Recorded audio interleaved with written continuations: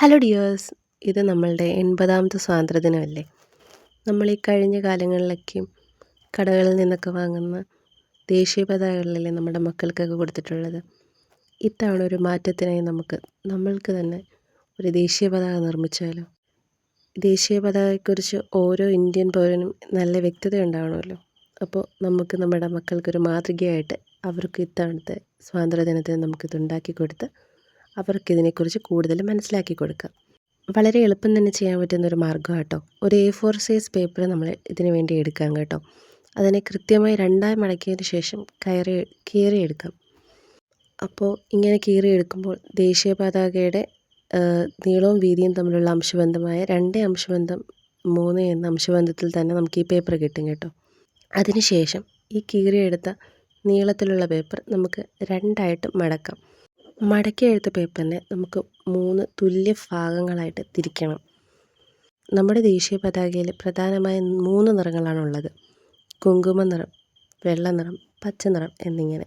ഇത് നമ്മൾ ഏകദേശം 3.5 സെൻറ്റിമീറ്റർ അടയാളപ്പെടുത്തിയതിന് ശേഷം നീളത്തിൽ പിന്നെയും നമ്മൾ വരച്ചെടുക്കുക കേട്ടോ ചെയ്യുന്നത്.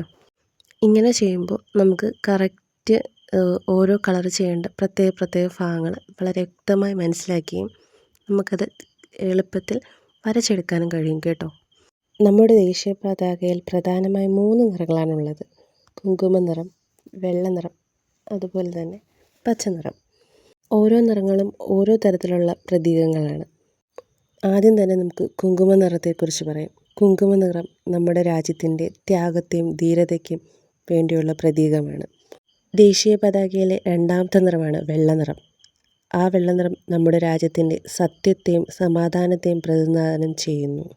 ദേശീയ പതാകയിലെ മൂന്നാമത്തെ നിറമാണ് പച്ച. അത് നമ്മുടെ സമ്പത്തിനെയും സമൃദ്ധിയെയും പ്രതിനിധാനം ചെയ്യുന്നു.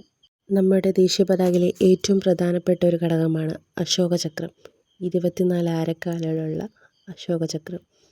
അശോകചക്രത്തിലെ 24 ആരക്കാലുകളും ധർമ്മത്തെയാണ് പ്രതിനിധാനം ചെയ്യുന്നത്.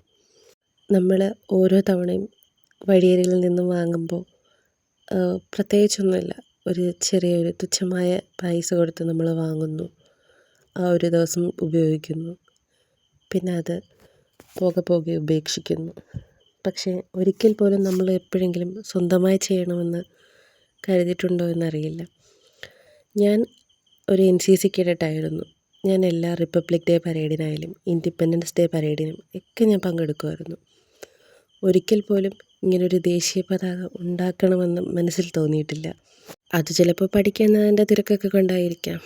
പക്ഷേ ഇപ്പോൾ എൻ്റെ മകൻ അംഗനവാടിയിൽ പഠിക്കുക. അവന് വേണ്ടി എന്തെങ്കിലും ഒന്ന് ചെയ്യണമെന്ന് ടീച്ചർ പറഞ്ഞപ്പോൾ ഞാനൊരു ചെറിയ ദേശീയ പതാകയിൽ തുടങ്ങിയതാണ്. അത് പിന്നെ ഒരു ചെറിയ ഫ്രെയിം ഉണ്ടാക്കുന്നതിലായി. പിന്നെ അവന് ജസ്റ്റ് ഒരു ബാഡ്ജ് അത് ചെയ്യണമെന്നുള്ളതായി.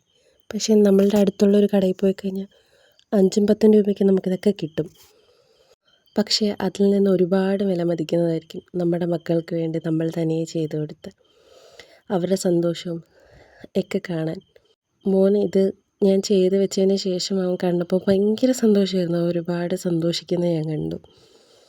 അവന് നാളെ അവൻ്റെ അംഗനവാടിയിൽ കൊണ്ടുപോയി കൂട്ടുകാരെയൊക്കെ കാണിക്കണം.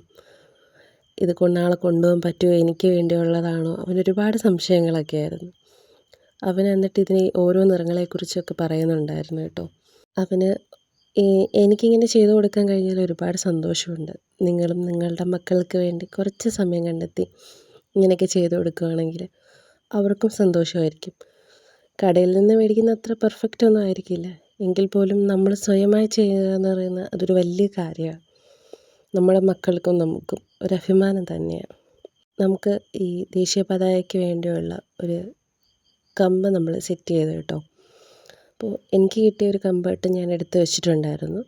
പക്ഷേ ഞാൻ കളർ അടിക്കുന്ന സമയത്ത് ഇച്ചിരി കൂടി ശ്രദ്ധിച്ചിരുന്നെങ്കിൽ എനിക്ക് ഇങ്ങനെ ബുദ്ധിമുട്ട് വരില്ലായിരുന്നു.